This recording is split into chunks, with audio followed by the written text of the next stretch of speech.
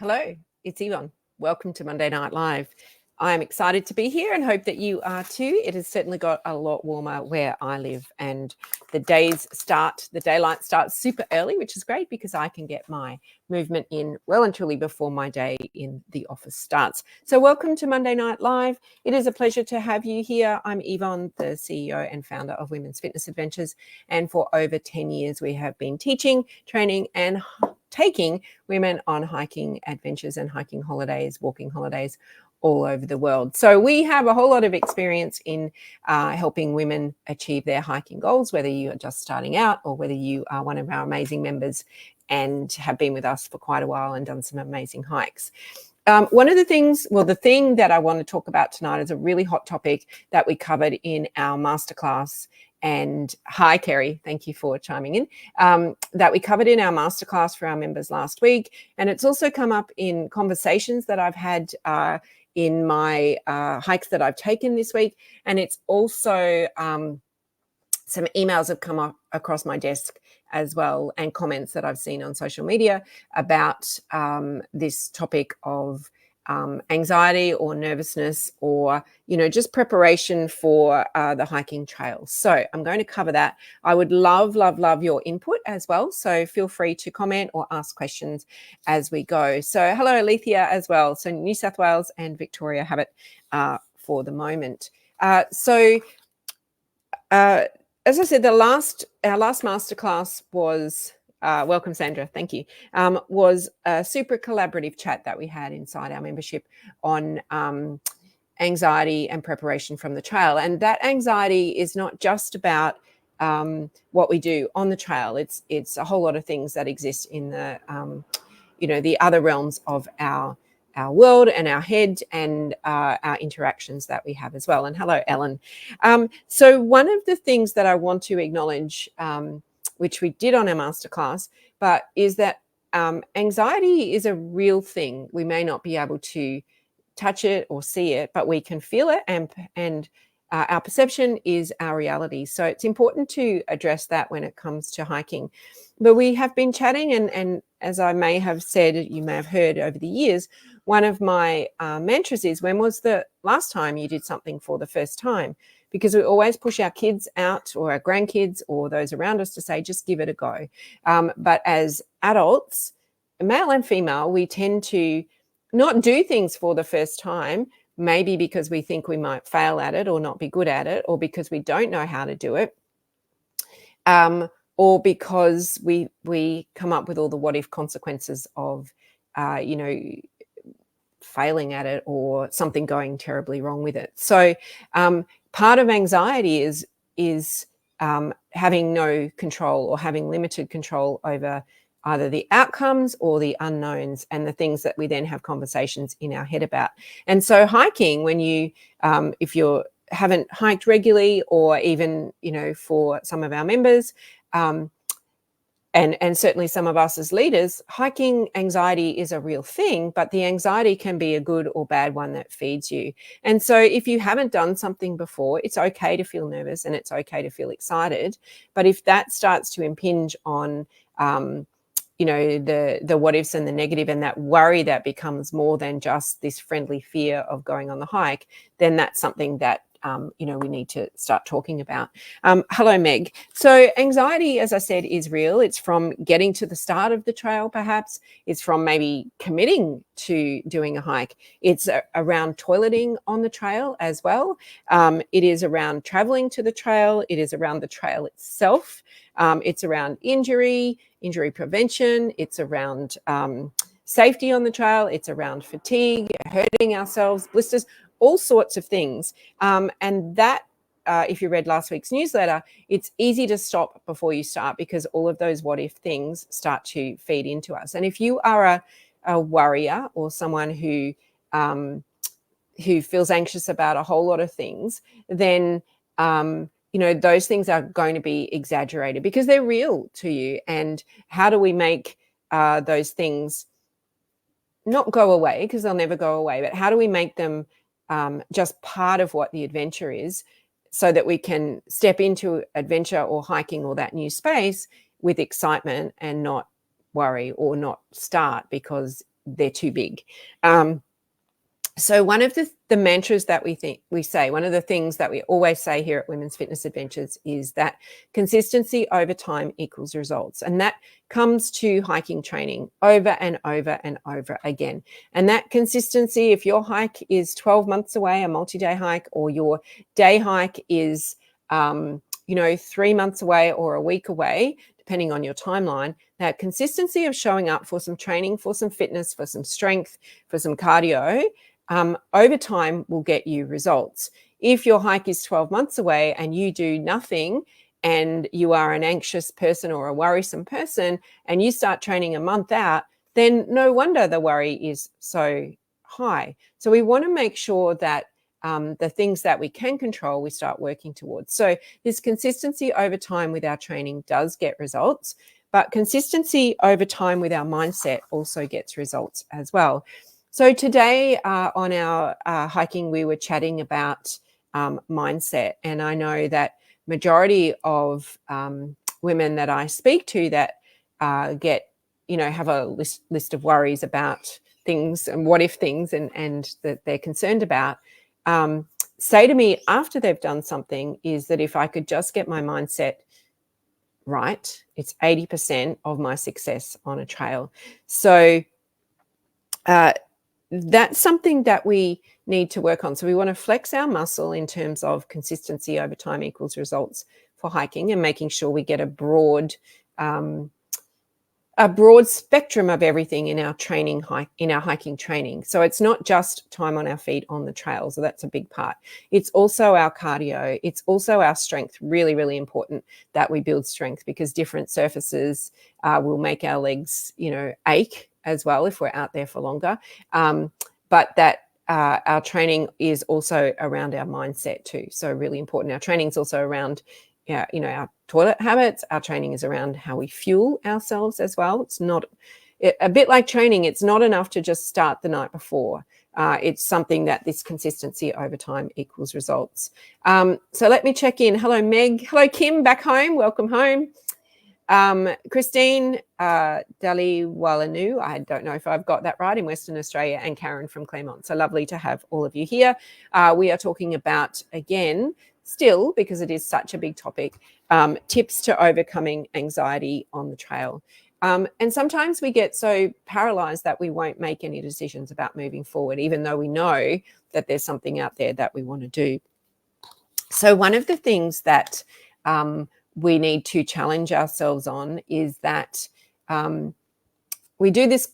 So if we're training consistently over time to get results, so we show up for our hike in our area and we do our training every Saturday, for example. And if we know that every Saturday, generally we're successful, but we might find that we keep learning some things about ourselves, about the trail, about our equipment as we go, but we're generally successful on that trail. So that success should build confidence. So it's worked before, there's no reason that it won't work again, and that we should go into our trails with that confidence. So where it gets tricky is that when our mind, but I'm pointing to my shoulders, when our mind starts to question this proven formula of it's worked before, why wouldn't it work again? It doesn't mean we would go at exactly the same pace. It doesn't mean that we would, not have, some things that, it's not textbook to the week it was before. But it means that we've we've been able to do the trail with success in our training. So the next time we show up to do a trail, maybe a different trail, same trail, there's no reason to believe that it should go any differently, bar something way beyond our control. So what happens then is, in our head, we need to make sure that we believe in ourselves that the pattern will repeat. And then, so there's this disconnect between our self-belief and our confidence. And when those two marry up, this is what helps minimize that anxiety for the trail, because we know what to do. We know how to move our feet. We know how to lift our legs over rocks. We know how to use our poles and our gear and equipment. We know what to do if it rains, where the raincoat is. All those things that we've practiced, that we've been confident in, or that we've built confidence in because we've been doing this consistency over time. So if this is resonating with you, then give me a thumbs up or give me a yes, it is. If you think this is a whole lot of new information or just something that's not of interest to you, please let me know as well. And hello, Margaret. Hello, Mary. And hello, Suzanne. So the other thing is with the anxiety for the trail. Now, I'm not a psychologist. I'm not in that space, but I have seen over 17 years of working in the women's health and wellness space, I've seen, I talk about the shoulders again, the voices on our shoulders. We have the good cop, bad cop. And some of us have this laundry list of worries that never, ever seems to disappear. So as leaders, we can work with you to reassure you that the things that you worry about with training or with practice or with time or with experience will disappear, but nobody else can take that away for you until you start to believe that yourself. So I could say, look, you're going to be fine on that hike. I've seen how you hike. I've seen your gear and equipment, blah, blah, blah. But until you have that lived experience, that anxiety isn't going to go away. But if you think about it, so you're going to have this voice going, yeah, it's going to be okay, because she said so. And then this voice going, well, it's not going to be okay because I worry and I need to have something to worry about. So differentiating whether the anxiety is just because worry is a habit for us or because there is something real to worry about. And if there's something real to worry about, then that's where your hand needs to go up and say, hey, is this real? What can I do? How can we alleviate this? Because I really want to be hiking on the trail. The other thing is, if you are a worrier, is that if I can solve this worry, is another one just going to come sliding in? So is it that you always need to have something to worry about for hiking on the trail, rather than just taking it that part of hiking, part of a walking holiday, part of adventure is sometimes a lot of the time the unknown, and having this open mind and adventurous spirit. So have a think about those. If we worry a lot, if we're anxious a lot on the trail, especially, even getting to the start of the trail, maybe not feeling like breakfast, and then you don't eat breakfast and you've got to go to the toilet, all those sorts of things. We've used a lot of energy before we even start. So really important that we think about how much energy and time worrying or being anxious uses. So when we have to make a lot of decisions all the time, when we're out on the trail and we're looking at our foot placement and stuff like that, it's not just physical effort that we're exerting. It's actually a lot of mental effort as well. And I know on some of the more challenging hikes where you really have to concentrate where your feet are going, or say it's a lot of wet weather, that you have to be careful you're not going to slip over, or it's warmer weather and you've got to look out for insects and stuff like that, is that you're using your brain a lot to constantly assess and make decisions as well. And when we use our brain, we use a lot of energy and we use a lot of water as well. So we need to make sure that as well as the physical energy, that we're understanding that we're using a lot of mental or emotional energy as well. And that's going to make us, or we need to refuel, but we also need to rehydrate as well because it uses a lot of space. So let me check in. Sandra says, for sure, I agree totally. Just as we need to continue with physical training, we also need to never take for granted our mindset. I think sometimes we need to reflect on this and acknowledge and deal with any self-defeating thoughts that are niggling. Yeah, I think a lot of the time, Sandra, a really valid point is that we can tend to bury our head in the sand and think that that niggling thought will go away. Not saying that that's a good strategy or a bad strategy, but if we don't deal with it, then it's possibly going to keep recurring again and again and again. And as most of you who are watching are members, as you know, or who have identified yourselves, are members, is that we've seen time and time again when we create this beautiful cycle of training consistently over time and getting results, is that we build confidence. We flex that confidence muscle not only in our physical ability, because we become more capable, we become stronger, but also in our our headspace as well.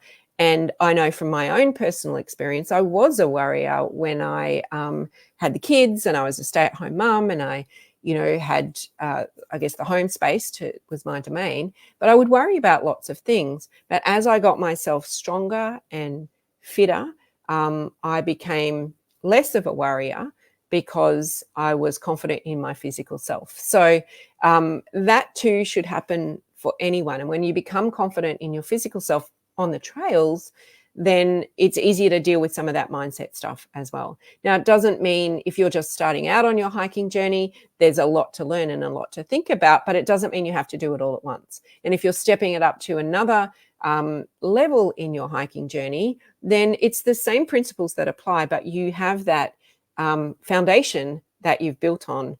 Remember, we say when you've done the physical training, don't lose it and go back down here. So when you have that lived experience of hiking and hiking on trails, you just keep building on that foundation. The principles are the same. They don't change because of the type of trail you're choosing or the technicality of it. You might have to learn some new stuff, but you had to learn new stuff when you first started hiking as well. So it's all the same. So the anxiety shouldn't, I say shouldn't because anxiety is real. The principles are the same when we start to, up our game with where we're hiking. So provided you have, learnt the right skills, are in charge of your own mindset and your physical self, and have the right gear, then, you should have confidence and self-belief that the pattern is going to repeat, that it's going to be okay. So Chris is listening from her car in Townsville and says a lot of this is resonating with her. So that's awesome, Chris. Thank you so much for sharing that. One of the other things that worry people a lot is the hiking pace. And, we certainly on our adventures, we put the pace of the group, the average kilometers per hour that we would like the group to walk at, or like you to walk at in your training. And that can vary between like an introductory adventure, a moderate, and a challenging adventure. And why is pace important? And sometimes we might feel hurried along by the guide or, us as leaders. And there's a couple of reasons for being hurried along. And if you want to, as members, in your masterclasses in the portal in the website, there is a masterclass all about pace and a supporting PDF on how to boost your pace. But why is keeping up with the group important? And hi, Leonie. Why is keeping up with the group important? It's important for several reasons. And one is safety. So if you're not on a hike with us, so when you're with us, we have a guide and we have a leader, or sometimes we have two leaders, depending where we're going.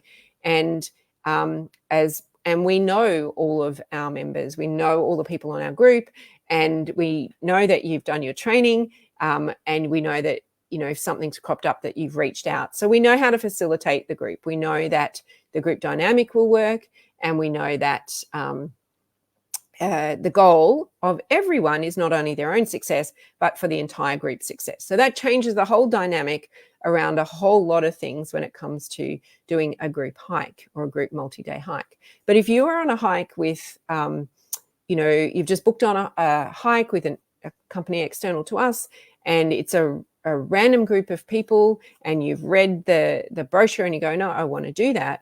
And then you get there and you think, why is the guide making me keep up? There's a couple of reasons for pace, and one is around safety. So a guide said to me really early on when we first started, he said, if I don't set the pace, then we will never get, not never, but it will take us a lot longer to get where we need to get to. And the reason that the guide needs to set the pace is it could be around safety. There could be a reason that you need to be off the trail in a certain time. So it could be that there's a tide coming in. It could be that and you need to cross a river or a bridge. It could be that fatigue will set in. So if 12 kilometers is the hike for the day, and it should take around 4 hours, yet it's taking 8 to 10 hours, then fatigue is going to set in everybody, because time on legs is a real thing. Having enough food, having enough daylight hours, managing the expectations of the group. So when a guide has a group of random people, he doesn't know whether someone is fast or someone is slow till he actually sees them. And from my recent hiking in Peru to Machu Picchu, that is every guide's concern, is that they don't know who they're going to get. So they have to keep it at a steady pace to keep the whole group safe. So pace is quite important. So you might think, I'm a slower hiker, but I'm just going to go and do this anyway, and they'll slow the group down for me. If it's not with us and we haven't trained you and stuff, then that may or may not happen. So you need to make sure that you ask those questions around who else is going to be on the hike, who is this for, how fast am I expected to go. Really pester for questions, because you may have had some worries or concerns about getting to the hike, and then you get to the hike and you find, oh my gosh, I cannot keep up. I'm much slower. They're going to pull me, up the front, and I'm going to have to walk faster, or, all sorts of things that make you feel really, really uncomfortable, which doesn't help for anxiety on the trail. So pace is really, really important. And if they ask you to go, at a faster pace and you can't, then that's really, really demoralizing as well.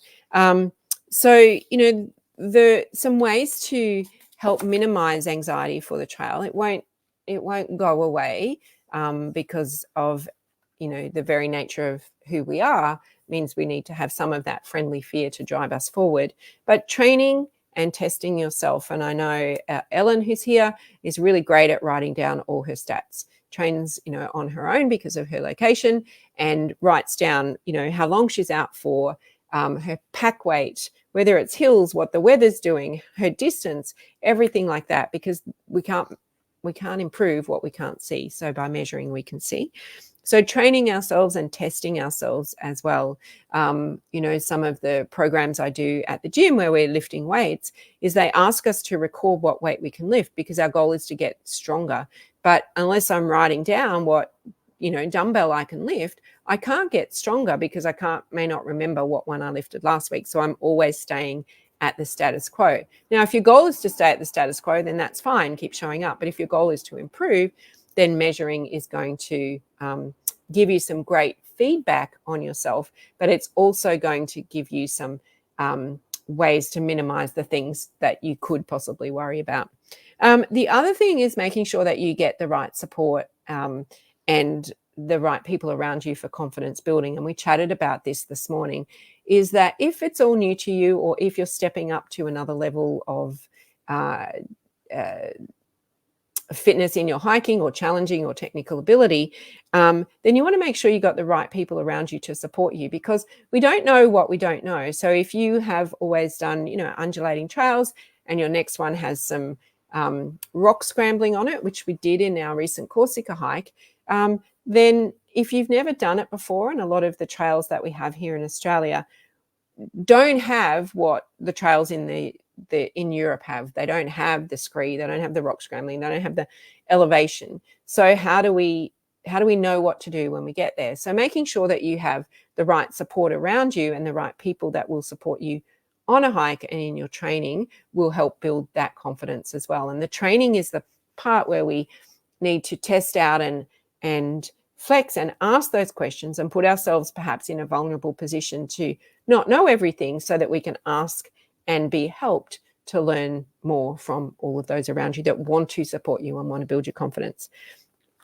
And the other thing that will help with anxiety for the trail is knowing where to start and knowing what your roadmap is as well. So if you are starting out, or you've done some hiking and you think it didn't quite go to plan, knowing what your roadmap is, knowing what you like, what you don't like, what type of organization you want to be with, what type of, is it just about the hike and the nice destination, or is it about the destination and the physical and the social and the friendships that you make and all those sorts of things. So knowing where you're at and knowing where your roadmap is going to take you, or working out that path that you want to go to for your hiking fitness, will really go quite a way to helping minimize anxiety as well.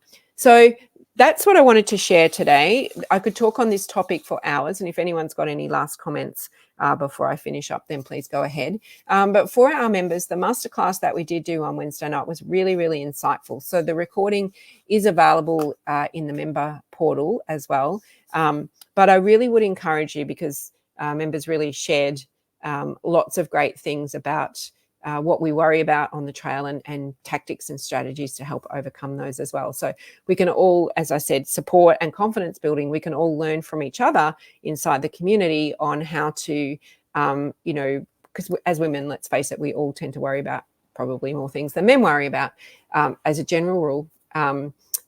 So we can all learn from each other in a really safe and supportive space. So they're the key things that I wanted to talk about today. In terms of those who are on our multi-day hikes, group hike training is on this weekend. So wherever you are in the country, you will receive a training plan. So mark out, if you can, this weekend to do your hike training, and we will send you what the plan is. So if you're able to do that, set aside 2.5 to 3 hours and do some training for that. So we'll send you the plan. The other thing is Member Connect is on, I think, this week. Yeah, it is this week on Wednesday night. So I look forward to connecting with you there. It's a great way to meet other members of our community.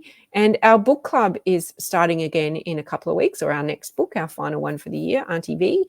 And I've had some great feedback on that book already. So I really encourage you to join book club if you haven't already. So that is it from me. We are now on the countdown through to Christmas. Can you believe that?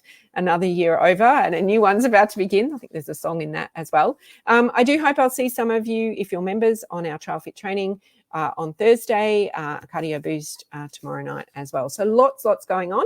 I look forward to connecting with you all. And if you have any further comments, please let me know. But that's it for today. I look forward to catching up with you next week. Thanks.